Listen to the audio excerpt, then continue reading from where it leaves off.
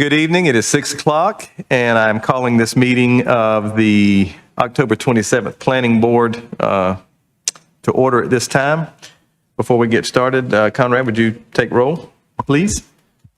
Yes, Chair. Thank you. Starting with the roll call with Chair Dupree. Here. Vice Chair Applewhite. Here. Board Member Williams. Board Member Gleason is excused, and Board Member Sarowski is excused. Board Member Bland. Here. Board Member Carter. Here. Board Member Hooker. Board Member Hall. Here. And Board Member McCurney. Here. Chair Dupree, we do have a quorum for tonight's Great. business. Thank you very much. Before we get started, let's stand for the Pledge of Allegiance.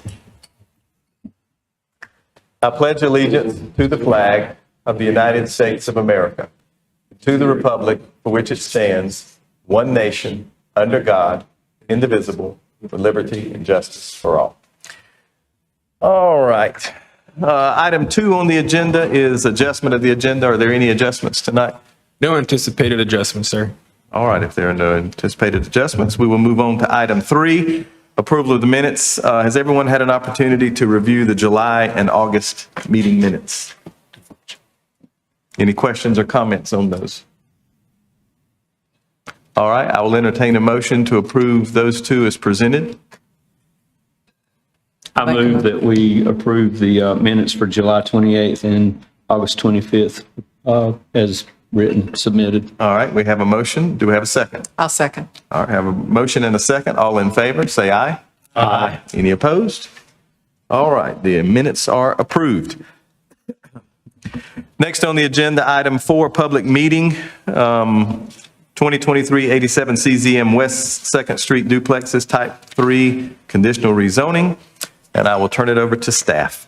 Mr. Chairman, if I can take a moment, I need to recuse myself as I'm the landscape architect of record for this project, and it is obviously currently active. So I'm going to step down for this portion. All right, if the minutes will show that Board Member Hall has recused himself from this part of the agenda.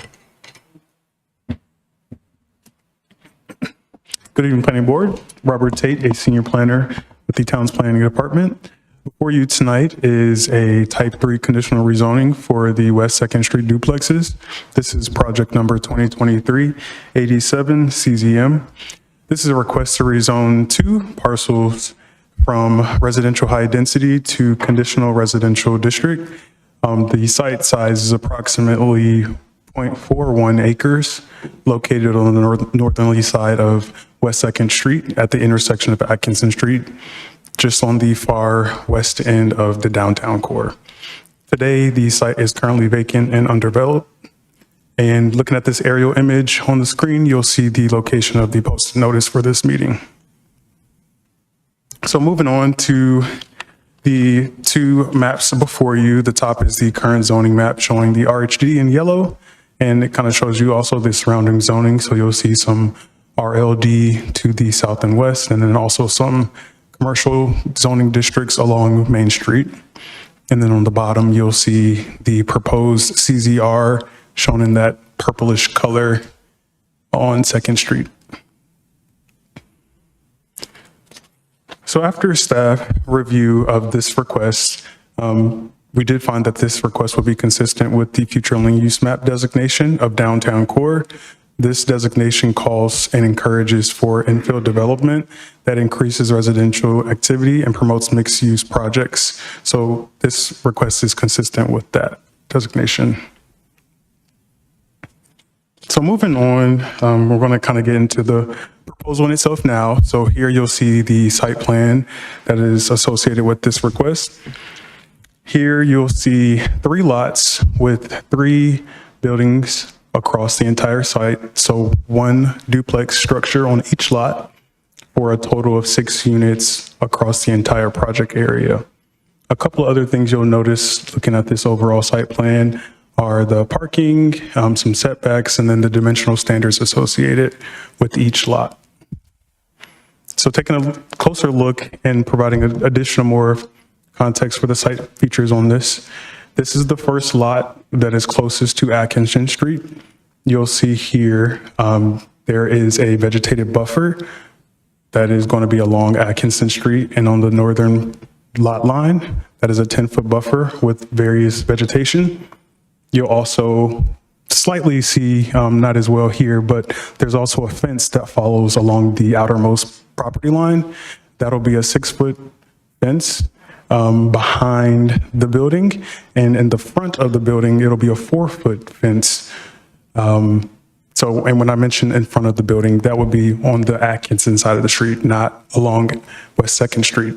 That fence will be 4 feet to allow sight to and from West 2nd Street.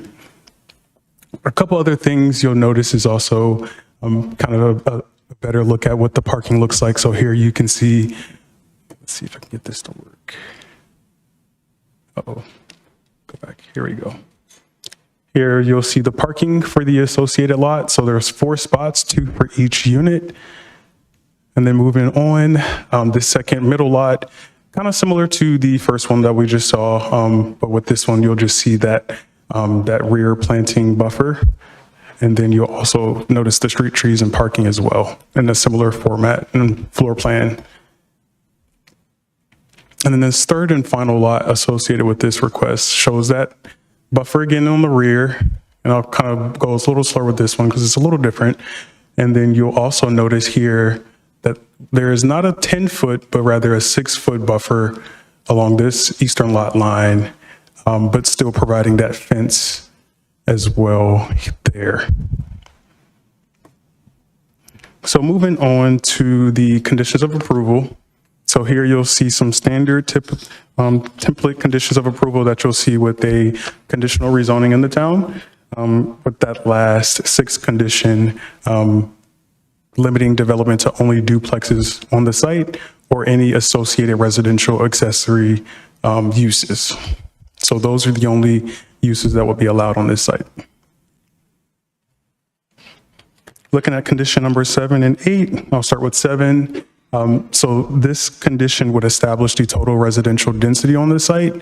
Before this or after this agenda was published, staff did contact the applicant to clarify and clean up this language of this condition, as the intent is to allow 6 units on this site.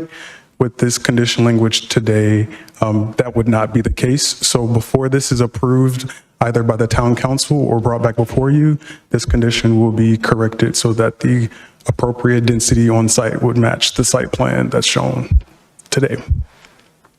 The 8th condition shows the dimensional standards for the lots. So all the lots must be at least a minimum of 6,000 square feet. Taking a look at the 9th condition,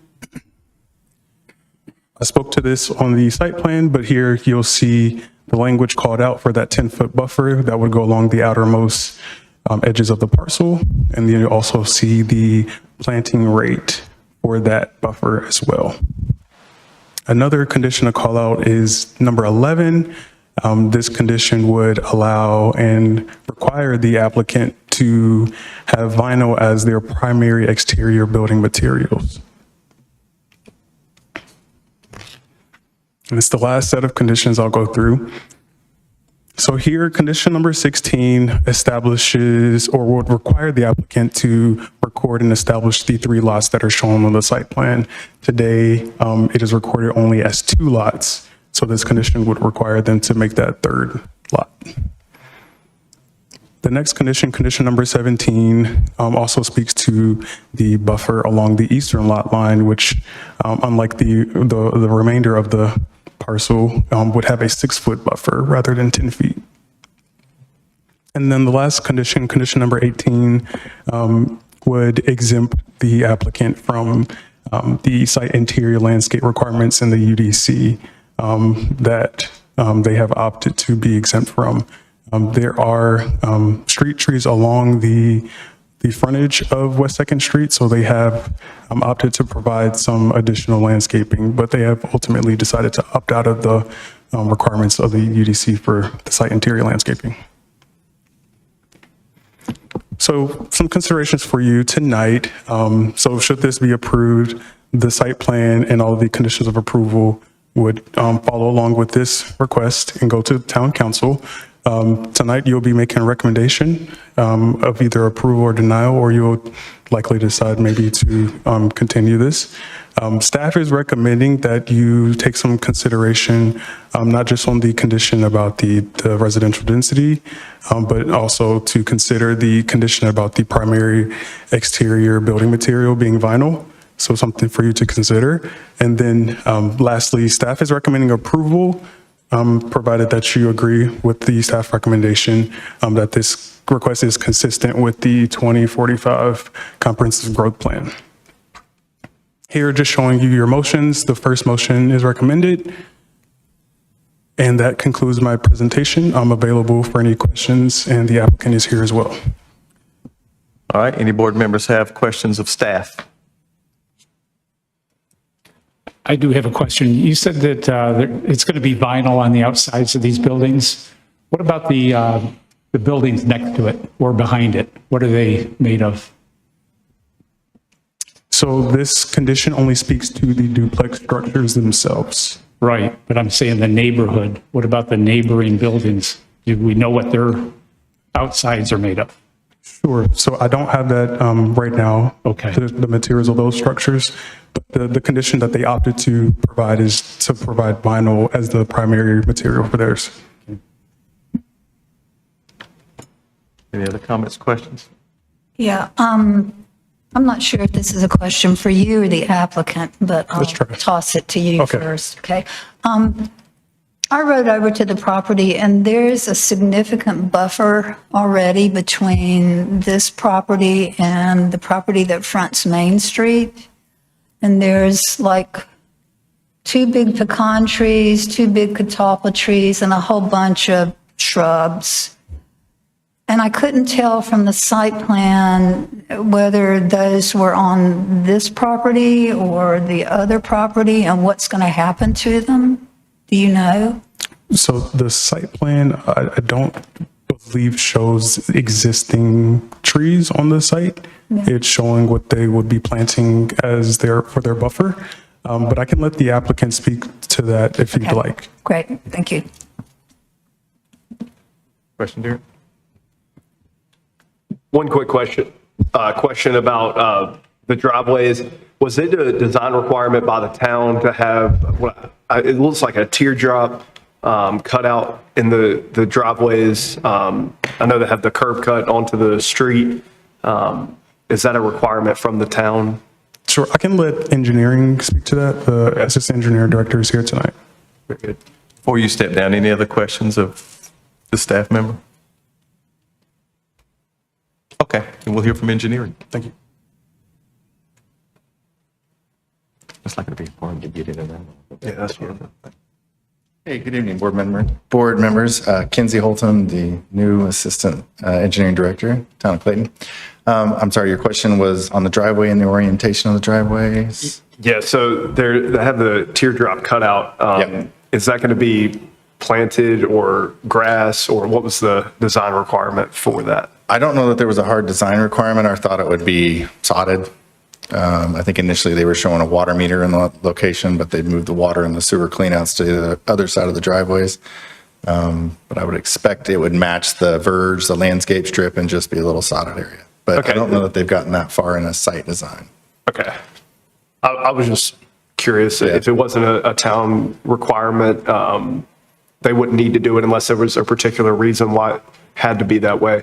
But otherwise, I'm fine with the project and the parking. I think it's sufficient. I just wanted to check on that. Okay, very good. Thank you. Any other questions? All right, and the applicant here tonight.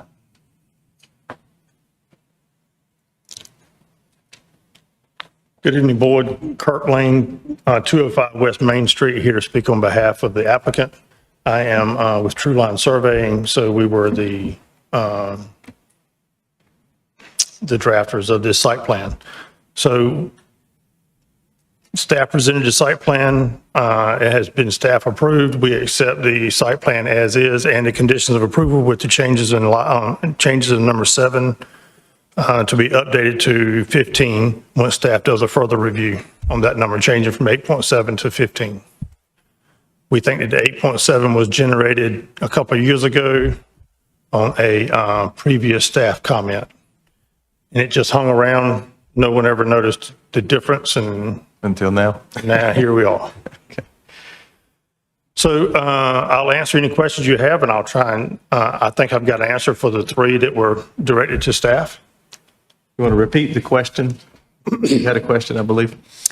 Yeah, the trees at the back of the property, Yes, ma'am. are they on your property? Yes, ma'am. They are, okay. So what's going to happen to them? They will be removed and then replanted according to the landscape plan.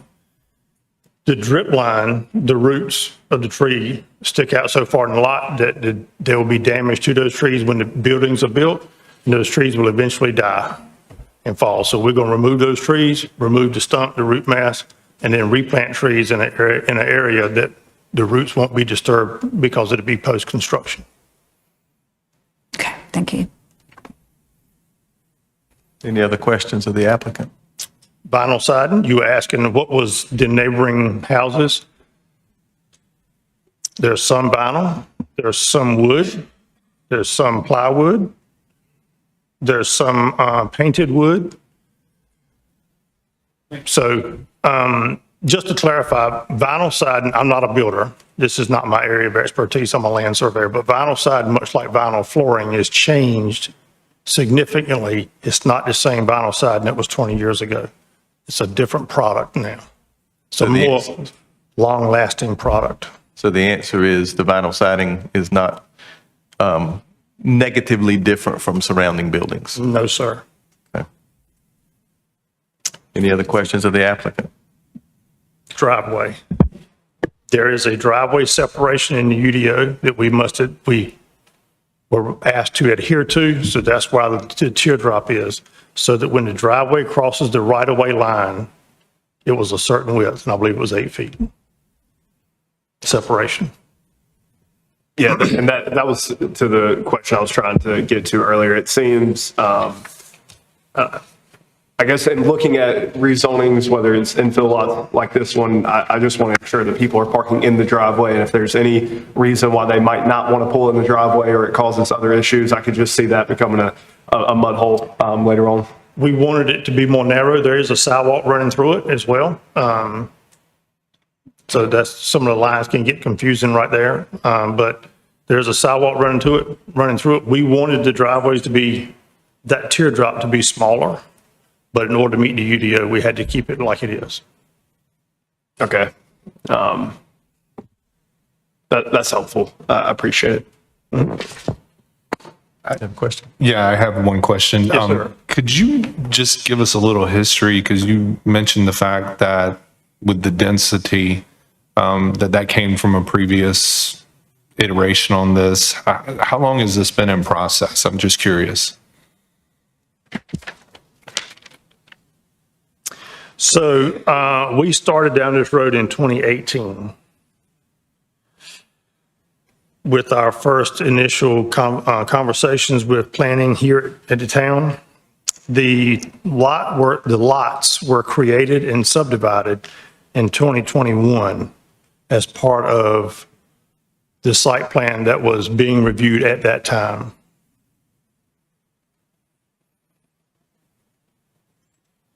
I think that with the current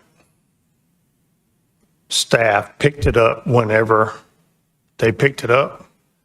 And I believe we're on the 9th round of comments with this particular staff review.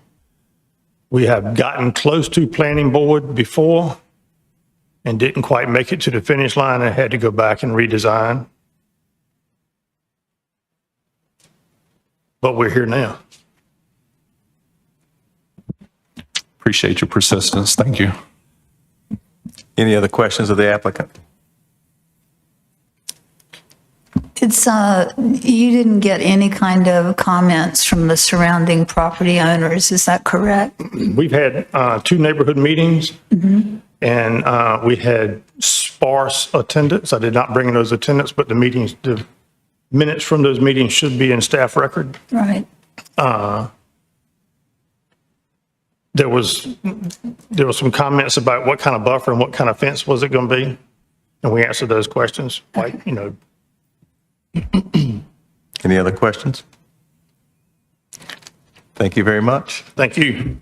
Are there any members of the public who wish to speak or be heard regarding what is before the board tonight? All right, step forward. Give us your name and your address, please, Mr. Bunn. Well, you got the first part right. Bobby Bunn, 829 Jack Road. I used to live in Clayton. I was on the town council at one time, back up till 2021. And I don't have a dog in this fight. Evidently, this is my nephew who's actually is the person that's going through this. I've been watching this process since I've left the council. It started when I was on the town council. It has been a process. I've been looking at the emails from staff. I want to thank you for doing your homework. You're the only person I've heard that said, hey, we rode around here and took a look at it. Us council members back in those days did that. We did our homework. We learned early in our term not to take the advice of the staff each time, because they will lead you down the wrong road. And it's not totally their fault. It starts up at stairs, up at the manager's office. And if you were here in 2020, we took care of that situation. That current town council took care of that problem. I have been watching the emails go back and forth with this current planning board, or planning staff, excuse me, and it's ridiculous. Move the driveway 4 inches. You know how many times he's moved the driveway?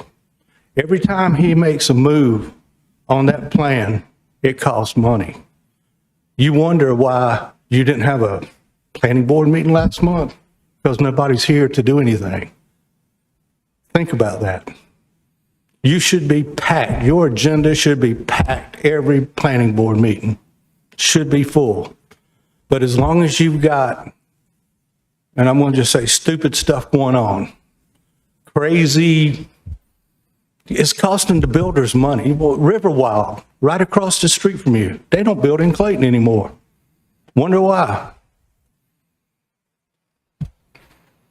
It's time for a change to be made, and I hope the current town council will start looking at the staff and the management, because it works both ways. Do your homework instead of just taking the word of the staff. So I appreciate all y'all's time. Thank you for what you do up here. Thank you. Thank you. Any other member of the public wish to speak? All right, at this time, I will entertain any comments or questions for anybody else before we take a motion. Okay, Ms. Bland? I just wanted to defend myself for a second. I did go over and look at it. I just didn't have any questions about it. I read the entire packet. And then I went and looked. So I just didn't have any questions. But I sure did go by there. And I can answer the question about what kind of construction you see there. There is actually a house not too far from there that has the same board and batten vinyl that is being proposed in this plan. It's probably 2 blocks away. There are old cinder block houses that have been painted. There is plenty of wood siding, some of it very old. So it's not going to be outside the keeping of what is in that neighborhood. Okay. This time I'll entertain a motion. One thing to note real quick, the condition number 7, if the board does want to move forward with modifying that to match the density shown on the site plan, if you can just note that in your motion, that'd be great. And that was with the density requirement? Yes, Moving from 8 that was condition number 7, just that it would be matching the 6 units. Right. Yeah. Okay. Have a motion? I'll make a motion. I'll make the motion to recommend approval consistent with the 2045 Comprehensive Growth Plan. Recommend approval of this conditional zoning and conditions of approval based on consistency with the adopted 2045 Comprehensive Growth Plan, and that the Subject site is designated on the future land use map as a downtown core. Policy LU 1.1, manage future growth and encourage quality development through the implementation of the comprehensive plan, the Unified Development Code, and the other plans and regulations adopted by the town council. Policy DT 1.4, increase residential activity and promote mixed-use projects in downtown. Policy DT 1.4, increase residential activity. And this action is reasonable and in the public interest that the comprehensive growth plan encourages infill development and increases residential activity. And this request is compatible with the surrounding zoning and land uses. And to update the recommended conditions to upgrade the density to 15 dwelling units per acre. All right, we have a motion by Vice Chair Applewhite. Do we have a second? Second. We have a second. All in favor, say aye. Aye. Any opposed? All right, motion passes. All right, next on our agenda this evening is going to be 4B, Unified Development Ordinance Text Amendments, and staff will make the presentation.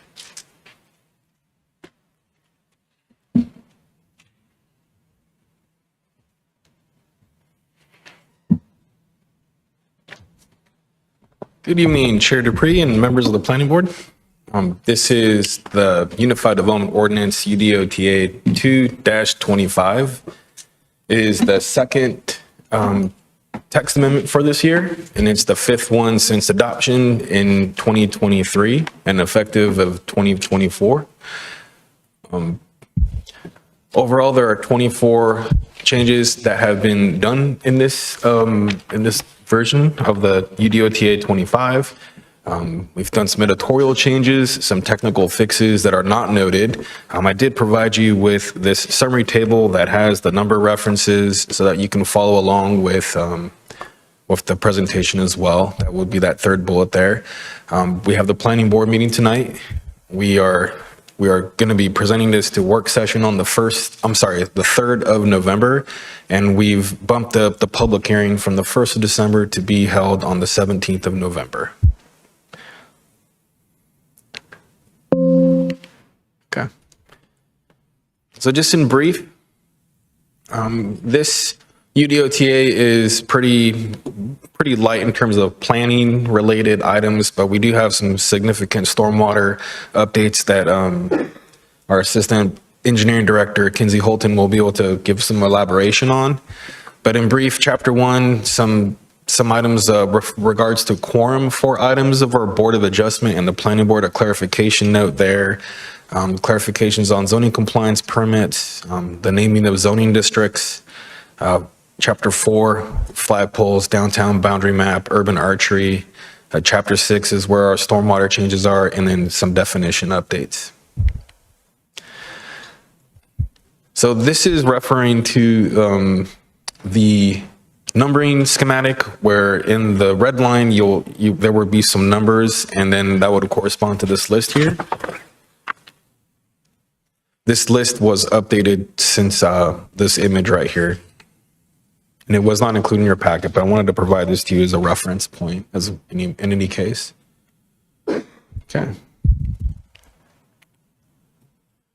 So the first, going through all the changes here, bear with me, it's not going to be that long. This is a clarification again on the quorum for planning boards and the boards of adjustments.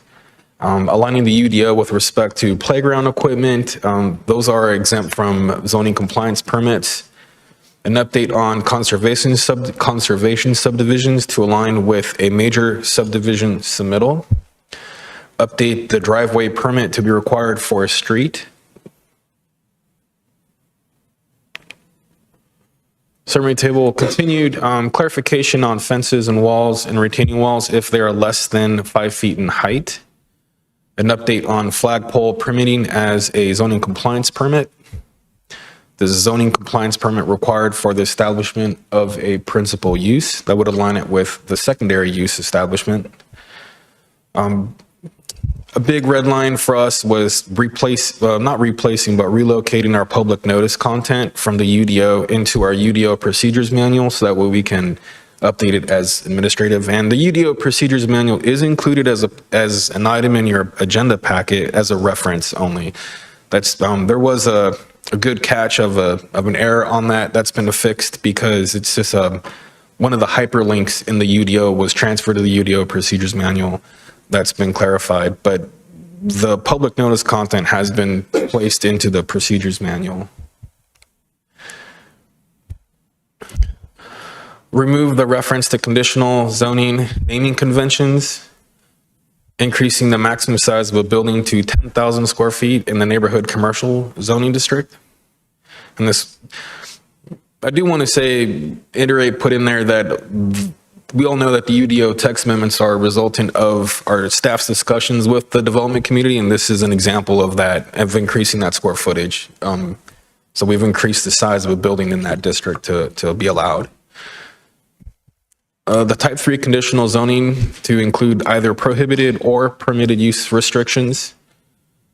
A change to unified development that was had replaced our large format retail, and now it's unified development, and we've just clarified the language to be principal structures.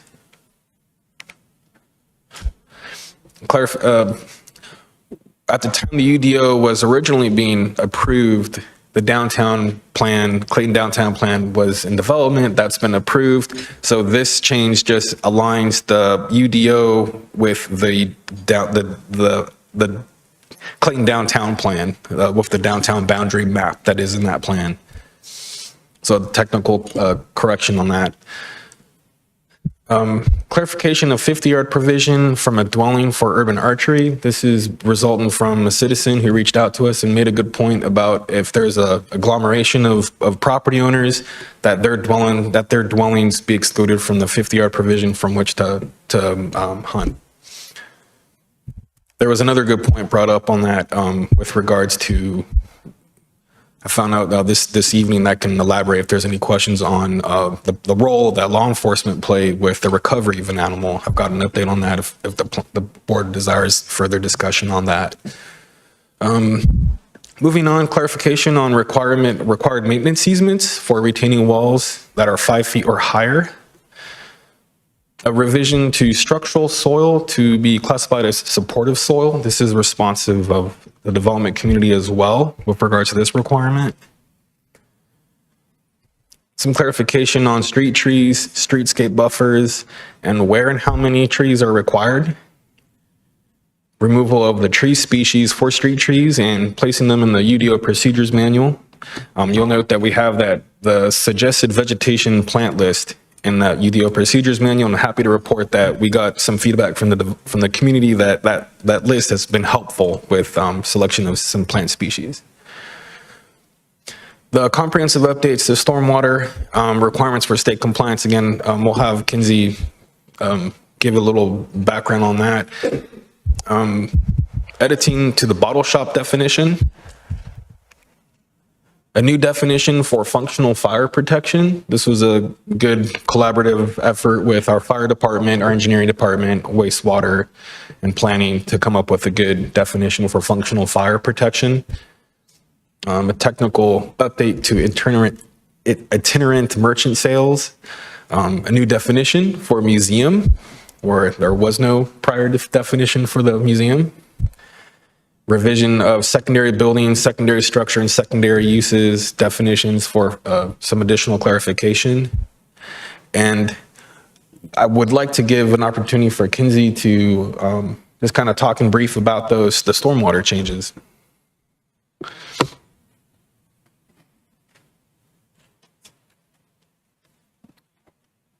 Thank you, Conrad. Good evening again. So a big chunk of the UDO revisions, you're seeing a lot of revisions to the stormwater management requirements. It's really a cleanup of our requirements. So the town of Clayton is a designated phase 2 municipal separate storm sewer discharge, MS4, municipal separate storm sewer system. We have a discharge permit through DEQ, and that requires certain code elements to meet their model ordinance for nutrient management under the new rules, as well as our local MS4 program. So a lot of revisions were to meet the model ordinance of DEQ. Nothing really out of bounds with them. We had to trim out the redevelopment standards because under state statute, we can't require stormwater, new nutrient loading, new water quality standards on existing development conditions, only those that are added to or developed as a new. So a lot of the changes are centered around that. And then some cleanup as far as our long-term operation and maintenance agreements for new development projects. So while you'll see a lot of strike-throughs, a lot of red strikeouts, a lot of blue ads, it's really kind of pulling that out and lining it up with the state's model ordinance. Happy to go through any specific items, but it's really a lot of cleanup for compliance with our permit.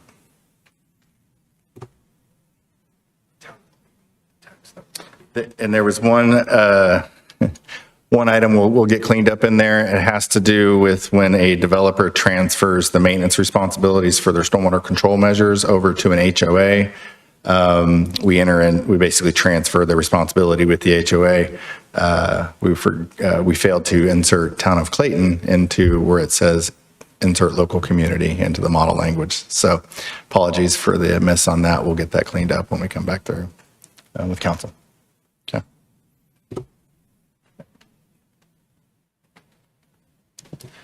So again, here's just the next steps. With your recommendation, we'll move forward to take this to the town council work session on the 3rd of November. Plan for this to have a public hearing on the 17th and revise our UDO based on the approved text amendments with UDO TA 225, and then get that posted onto our website for implementation.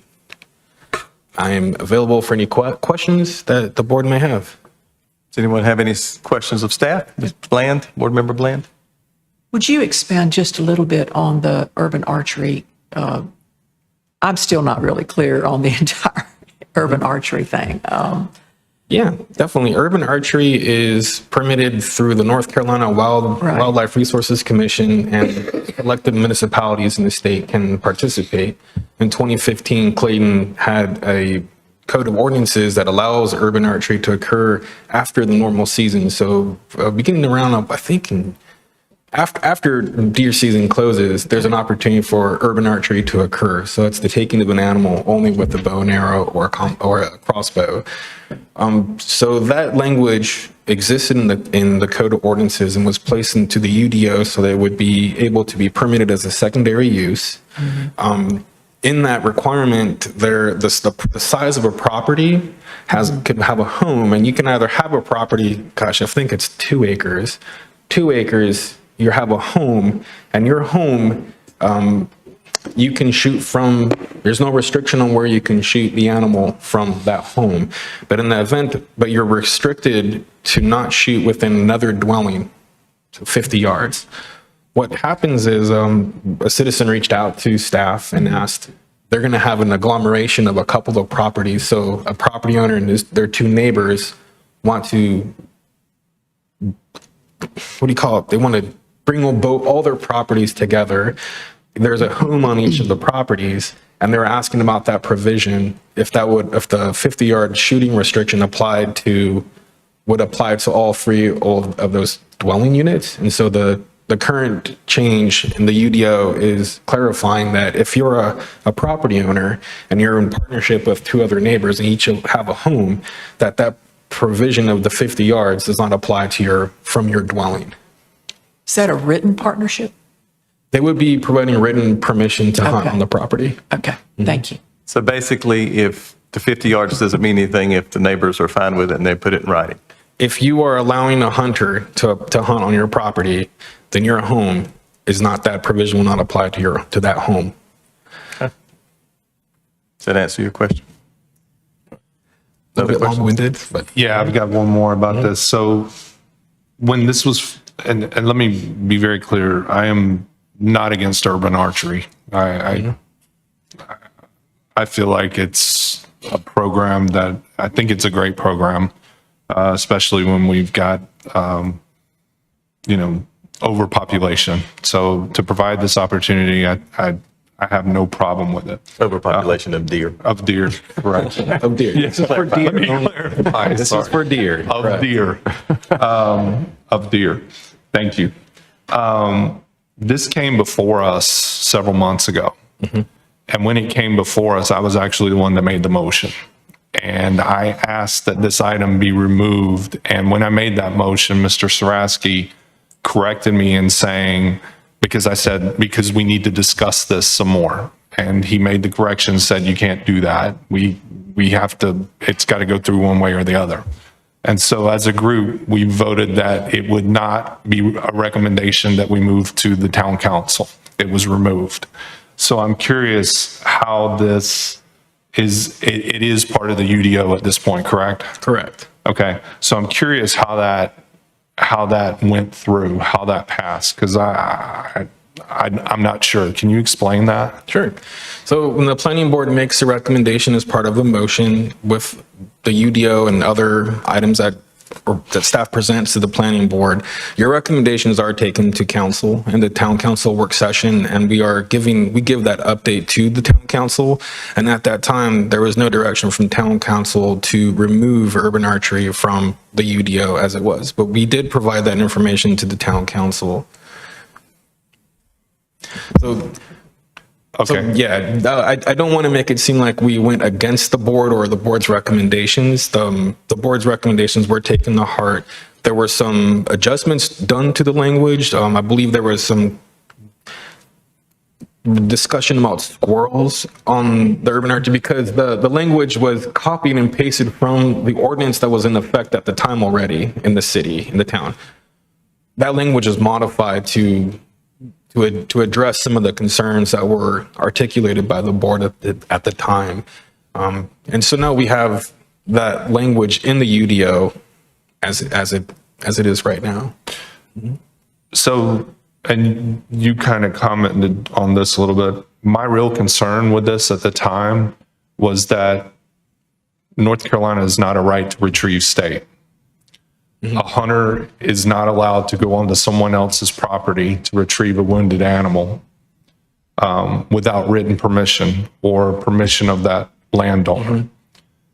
So when I made that motion, that was, I know we discussed squirrels, but that was a significant portion of this. So what we are saying in here is, and I have consulted with a game warden on this, and he's confirmed what I was thinking on this, is a game warden has no right to pursue that animal either, and law enforcement does not either. So now we have this in our UDO. And so my question is, in my humble opinion, and I'm not counsel, this conflicts with statute. And that was the biggest reason I wanted this pulled out so that we could discuss it offline and try to take care of that. I know we focused on squirrels and some other things in there, but that's the concern. So maybe you've got you said you had some information on this. And again, I consulted with his game warden and he is happy to come in and sit down and help write this or talk through the verbiage so that it is compliant with statute. So that's my question, I guess, is related to that. Yeah, that's a great question. And that question really was the language as it existed in 2015 seemed to be a little more restrictive and kind of implying that. And so the UDO language attempted to modify that further by providing as an opportunity for a hunter to solicit a resource such as a wildlife resources officer or the county sheriff. However, that is furthered by the idea that if an animal is shot with an arrow and it goes onto a property that is not given written permission on which hunting occurs, that hunter is responsible to acquire the permission of that property owner before entering onto their property. So I was able to have a conversation with the district's North Carolina Wildlife Resources biologist and confirm what you are saying, where an officer cannot require a property owner to allow a hunter to enter onto their property to retrieve an animal. What that means is, does the animal have to be tagged? Well, that hunter has not acquired possession. There's a reduction of possession is what it would be called. And the animal is is left to that property owner on which the animal is ultimately passes. So the language that the biologist recommended to me was to have a hunter have the maximum legal and ethical effort in which to retrieve an animal. So the legal would be to not trespass, and the ethical would be to do an effort to obtain an animal that to harvest that animal for the purpose of which. So I would welcome the contact that you have, the game warden. I know they're very busy, and sometimes we can make some time for them to review our language. That would be great. I have some model language that I'd like to kind of introduce either in this round or in the forthcoming round to allow some time for further discussion. I think the language, how it's written right now, though, doesn't give that impression that a property owner will be required to give access to or permission for someone to enter onto their property if they don't want them to enter. Okay.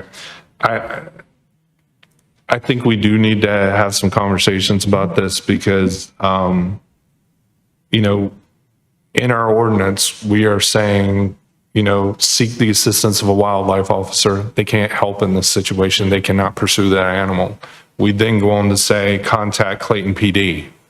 Clayton PD cannot assist in going on personal property like that. So the language that's in there right now is concerning. Again, I'm going to be very clear. I think it's great having this. I think we need to get the language so it's in compliance with the statute, and that it's a little clearer in that respect. Again, I apologize for getting into the weeds on this. I asked him the same question about, we have a requirement in this that hunters have to be at least 8 feet above the ground. And we go down further and say, okay, if you're not in compliance with this ordinance, there are penalties associated with this. So we're saying to a hunter, you got to be 8 feet off the ground to shoot a deer. That's not a standard operating procedure, I guess you could say. That's, you know, so that's concerning as well. I can't speak to us creating a liability in this situation necessarily, but we're telling somebody you got to be 8 feet off the ground to shoot a deer. I have some concerns about that as well. So again, I know we're getting into the weeds on this, but this has been accepted as an ordinance now.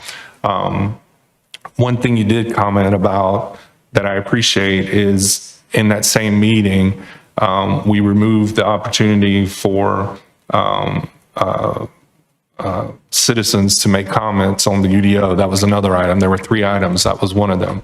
So to hear that we have a citizen that recommended this be added to it, that process seems like it's working. That was a concern that was expressed before, was that we would exclude them from having these. So I'm happy to hear that someone was in contact with you and requested this. But yeah, so I'll look to my peers up here to maybe make some suggestions on how we handle this. But that's the concern at this point.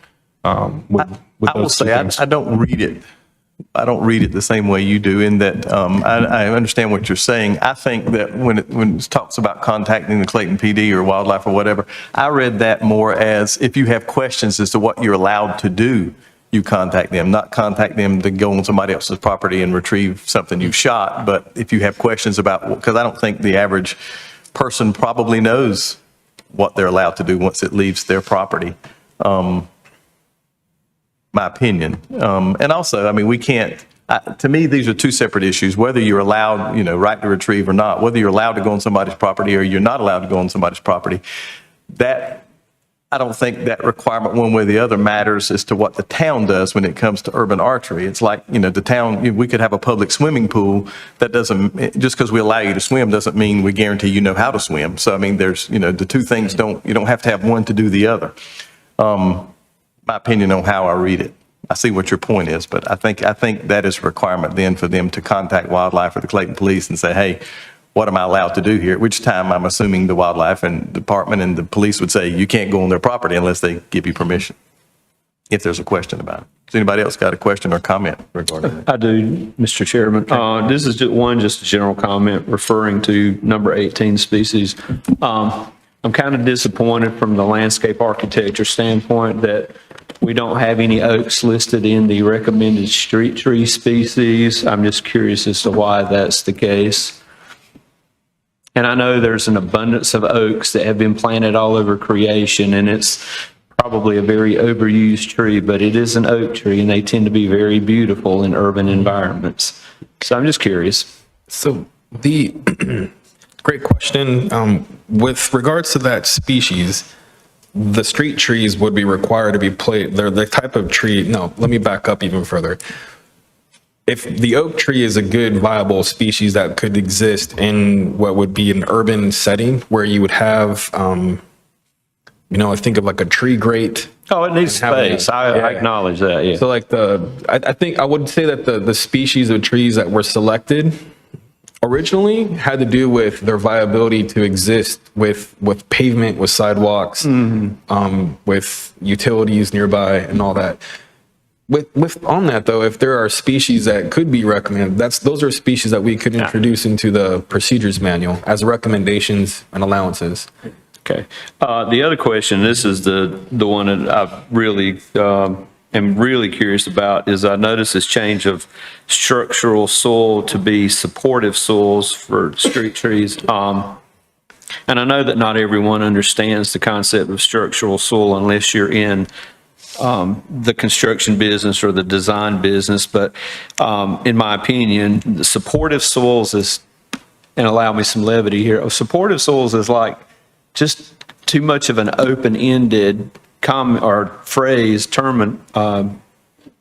descriptor for soils that you're going to put in backfill for plant viability. I mean, again, levity, please. Is it morally supportive soils, ethically supportive soils, spiritually supportive soils?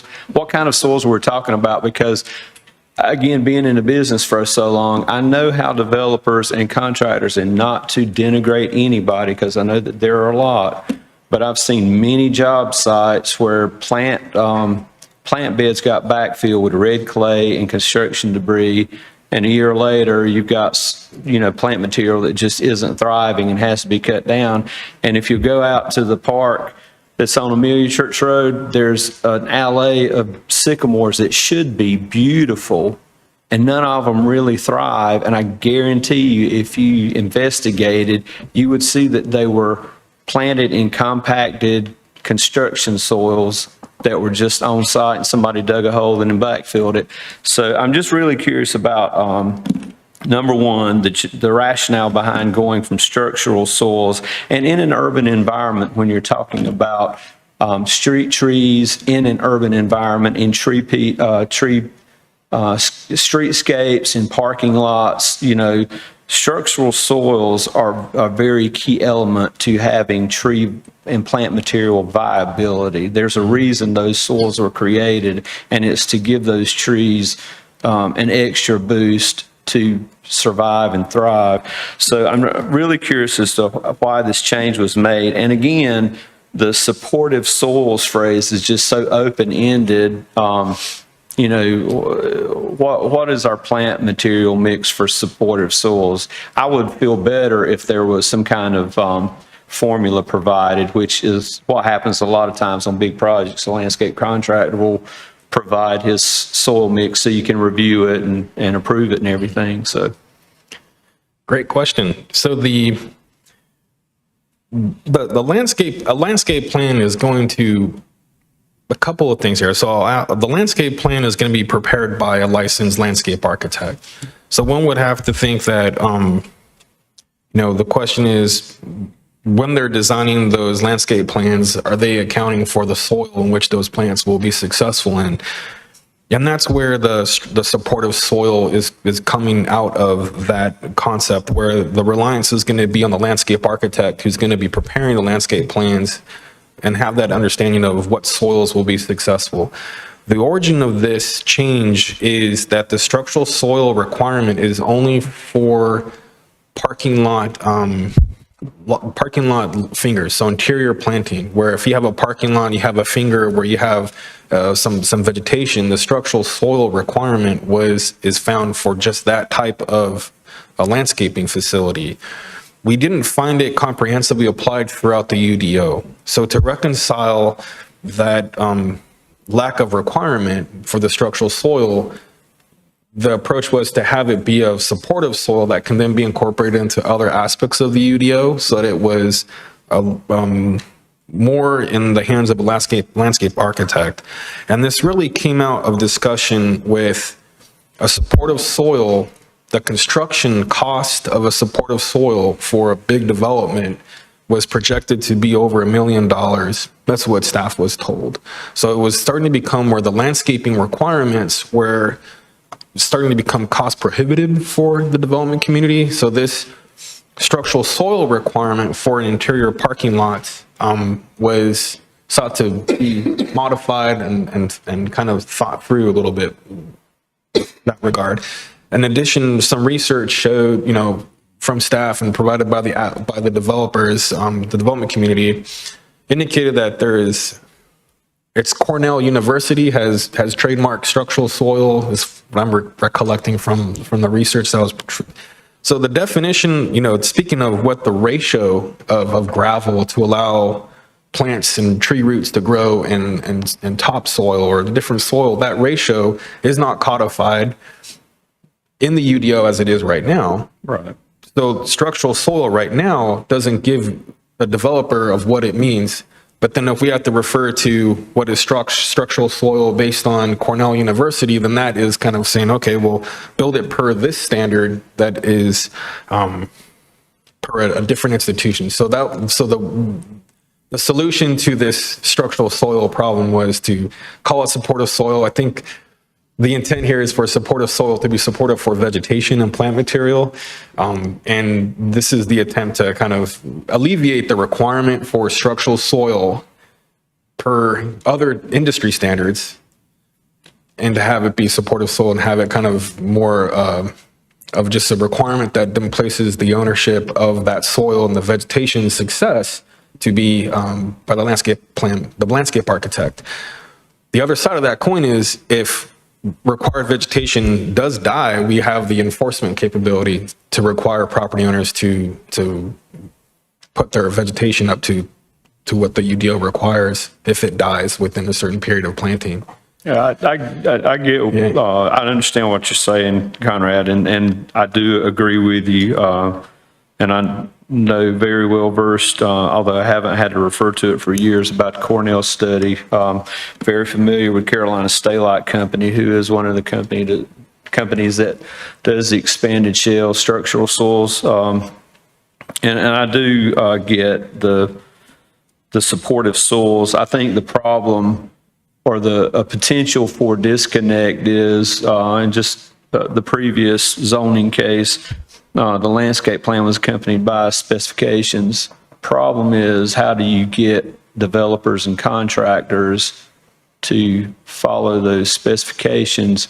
And I get that there's some portion of responsibility on the owner, the general contractor, the landscape architect, but the reality is if those entities are not made aware of when things are being planted or given samples for review and approval, the unfortunate downside is you may have had hundreds of thousands of dollars of plant material installed only to discover that after a year or two that it really isn't thriving. And why it's not thriving is because they managed to not backfill properly or prep their beds properly. And I'm going to let it go because, much like my counterpart here on the board, it's one of those things where we can get in the weeds and go forever and ever. I was just curious, and thank you for your response. Any other comments or questions regarding this? I have one last one for tonight. Stormwater, number 19. I'm just curious, so we're looking at UDO, I'm looking at page 651. These requirements of HOAs, are these retroactive or are they specifically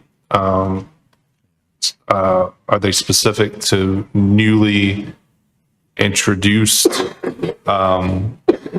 developments? I'm also curious as to 3C. I'm on page 120 of the packet. To answer your first question, we don't anticipate them to be retroactive. The code isn't, until it's codified, it hasn't been a requirement of the town. So this is for any HOAs going forward after the, perfect. Yeah. So item 3C puts a requirement on developers for an escrow account equal to 15% of the, I lost my connection here, give me a second. 15% of the initial construction costs of the engineered stormwater controls. Can you speak a little bit to why is that not 20, 25? Why is it not 10? Where that came from? And how we are going to make sure that requirement is met based on what information from the developers and how that comes about. Absolutely. Yeah. Great question. This one took a lot of reading and rereading and rereading. The 15% came from the model ordinance, so we pulled it right out of the state. We just kind of went with whatever they were proposing for the MS4s. There's obviously consideration. Should it be 10? Should it be 20? Should it be 50? You know, where do you start and stop with that? So we went with what was in the model ordinance. The approach that we'll take with this is, you know, really at the time of closeout, where it's the transition from the developer to the HOA, meeting all three parties on site. We'll inspect the sediment control, the stormwater control measures, make sure they're in proper working order before this transition happens. At the time of permitting, we enter into a development agreement or a operation and maintenance agreement with the developer. And that includes a financial guarantee at that time too, in case something happens with the project and they're not able to finish. The town is on the hook is responsible when we permit these projects with these stormwater control measures to make sure that they are installed correctly and that they succeed in perpetuity.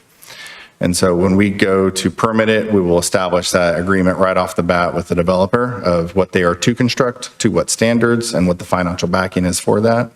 And when they are ready for residential subdivision, in most cases like this, to, you know, shift the responsibility from them to the true HOA, right, where the property owners are the true representatives of the HOA, not a controlling stake by the developer, really closing out their overall subdivision permit. That's the point at which we transfer it as an addendum to the existing agreement, stipulating the new responsibilities upon the HOA. So it's still the same in that you have these stormwater control measures. Here's how they function. Here's how you maintain them. It is this additional escrow responsibility as we get into with the HOA. So before we would release the developer of that permit obligation, we would make sure that this is set up correctly. And once the project is turned over to the HOA, are we expecting to monitor compliance with maintaining that in an escrow account? That then becomes a responsibility on top of our current response. Yes, the answer is yes. That is an additional responsibility upon the town. Not only are we having to make sure whatever stormwater control measures, typically a wet detention pond is usually what you'll see for these subdivisions, that they are maintaining it. A big part of us too is educating them on what that is. That's the biggest element in my experience, working with the HOAs to understand what these responsibilities are, laying out a good maintenance plan, going out and doing the inspections, making sure they're being inspected annually, and then keeping up with those inspections. And really staying in touch with the HOA, POA on it. This will be new territory for us to go through. We're going to work with our partners in the area to see what their best practices are on, you know, how you're working through and maintaining it, because it's a big shift. It's a heavy lift for municipalities to keep up with. But it's, you know, if the municipalities at the end of the day are responsible to make sure these stormwater control measures succeed in the long term, having at least a financial escrow in place, seated and set up for the HOA is really the best way to go. Seeing this happen during the downturn back in the recession time, where HOAs barely had money to mow the grass, out in their common areas. This was a really big issue on the municipalities where we had ponds that weren't being maintained, that weren't meeting these state mandated requirements. And how was the town supposed to, address that without going through some really uncomfortable process with individual homeowners? So I think it's the right intent. Will it need some massaging as we get into it and through it? Most likely. But we're going to start with the model ordinance. Like I said, work with the adjacent communities on kind of their practices and stay in communication with our HOAs. Yeah, because you alluded to one of the things I'm just kind of wondering out loud about. I don't know what the answer is, but the difference between a community that is using retention ponds versus a community that has installed a full-fledged system with drain grates, and that is a lot more expensive system, and that's kind of why I'm wondering about the 15%. Gotcha. Yeah, the distinction there, if it's a private subdivision that has the infrastructure to go along, responsibility to maintain the infrastructure to go along with the stormwater control measures, if it's not maintained by the public agency, the municipality, it is part of the system to collect and convey the runoff to that system. So that would be a higher price. That would be a higher substantial cost to put up the 15% for all the infrastructure. And at that point, it's really not the whole cost of the pipes and the inlets and everything. It's the ability to maintain it, because those costs, on a 30, 50-year cycle are a lot different than an annual maintenance cost for an FCM. So I don't know that they wrote it with that intent, the state and their model ordinance. I think if and when we get to that point with a private subdivision, we'll look at how to account for the costs of said infrastructure versus just the stormwater control measures. That's a great point. So in a community like Glen Laurel that does have stormwater drains, does the town have any obligation in maintaining those, or where do we stand on that? If there's a blockage in that system, for example? Great question. So this is about 3 months into this for me, and that's one of my biggest questions I've dug into is the public versus private. We don't have a stormwater utility, so we don't have like a really dedicated revenue stream for infrastructure maintenance. It's also very difficult to work for municipality when you have a subdivision and it's all private. They're not even DOT roads, they're private streets. That's a heavy lift for those homeowners. So working with them, I don't believe we have the right. We don't have easements. We don't have right of way. I don't believe we have the right to step in and do that maintenance. I think in an emergency, we could probably help out, but I would work with the residents, the HOA, whoever, to make sure they understand the resources available to help with those blockages, help them identify where they are. But it's a fine line, where you bring in operations to do work in a private system. That's not, set up to be a publicly maintained system. And I may have missed it. Are the stormwater rules requiring a performance guarantee at the beginning of development as well? Yes. And is that 125%? I believe so. Yeah. Okay. Thank you. Any other comments, questions? All right, thank you. Are there any public comments at this time? Hearing none, I will entertain a motion on this item. Can I ask a question before you entertain a motion? Is it possible to ask for approval with the exception of one amendment or one? Okay. Because I do think the question of supported versus structural soil is an important one. Are we allowed to make a recommendation to approve with the exception of one item on the list? Yeah, the planning board can make a motion and have modifications to that motion accordingly. With regard to the structural soil, and this versus supportive soil, if I may, we can always come back to this section as a UDO text amendment going forward. So if to kind of piggyback on what Board Member Carter said, if your recommendation to exclude this, for instance, does not carry forward to get adopted by town council, staff can continue to work with the development community, with the board members who are interested to talk more about structural versus supportive soil and whatnot. So, but yes, to answer your question, yes, you can make a motion and have aspects of your motion to be placed before the board. I guess I'm just not clear on, if we say, okay, now, sort of what the leverage is for making sure that this is reviewed again. If, with the respect to structural soil, Yeah. if we're going to come back to this matter, Yeah. great question. There's no guarantee that an item comes back to the board with regards to this specific structural soil aspect. I can tell you as planning director, I'd like to just explore more about the ratio of soil. But this is a response. This is a request that's coming from the development community with respect to the requirement for structural soil and within the interior parking lot. Right. We can make a motion to make any recommendation we want. When it gets to town council, they can decide if they care about it or not. Okay. All we can do is tell them what we care about, and that will be taken into consideration by them. But then what they do at that point is on them, Great. if that makes sense. Any other comments, questions, concerns? All right, I will entertain a motion in whatever form you want to give it. I would make the motion that we recommend approval consistent with the 2045 Comprehensive Growth Plan.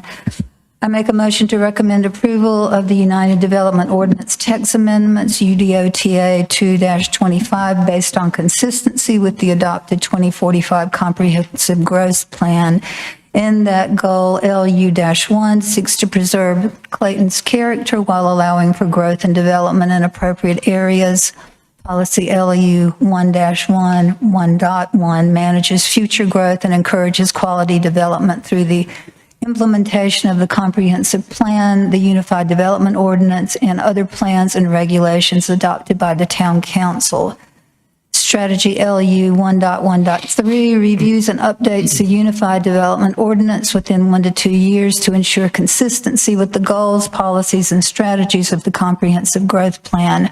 This action is reasonable and in the public interest in that the 2045 Comprehensive Growth Plan encourages an up-to-date Unified Development Ordinance, and the request is compatible with providing a relevant and community-reflective land use regulatory framework.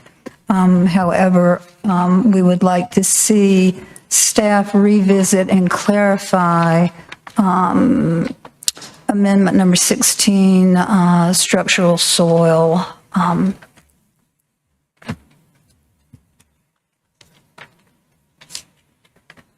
All right, we have a motion from Board Member Hooker. Do we have a second? I'll second. Have a second from Board Member McKinney. Any comments? All in favor, say aye. Aye. Any opposed? All right, that motion passes. Next on our agenda for this evening, I believe, are the dates for our 2026 Planning Board meetings.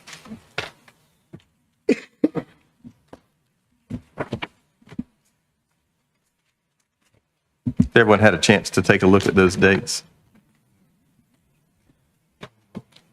Chair Dupree and members of the planning board, this is just your meeting schedule for the 2026 calendar date. Some changes to accommodate for Thanksgiving and Christmas, New Year's holidays, but otherwise it's going to be the same thing as we're doing this year for next year. All right, we make a motion to approve those? Yes, please. All right, I need a motion to approve next year's meeting dates. I make a motion to approve next year's meeting dates. Have a motion, Board Member Bland. Do I have a second? Second. All right, have a second, Board Member Hooker. All in favor, say aye. Aye. Any opposed? Aye. All right, I believe, let me check my list. All right, I'll accept a motion to adjourn then if there's no further business tonight. Do it. I make a motion, we adjourn. Have a motion to adjourn. We have a second. All in favor, say aye. Aye. That is it. Thank you, folks. Good evening.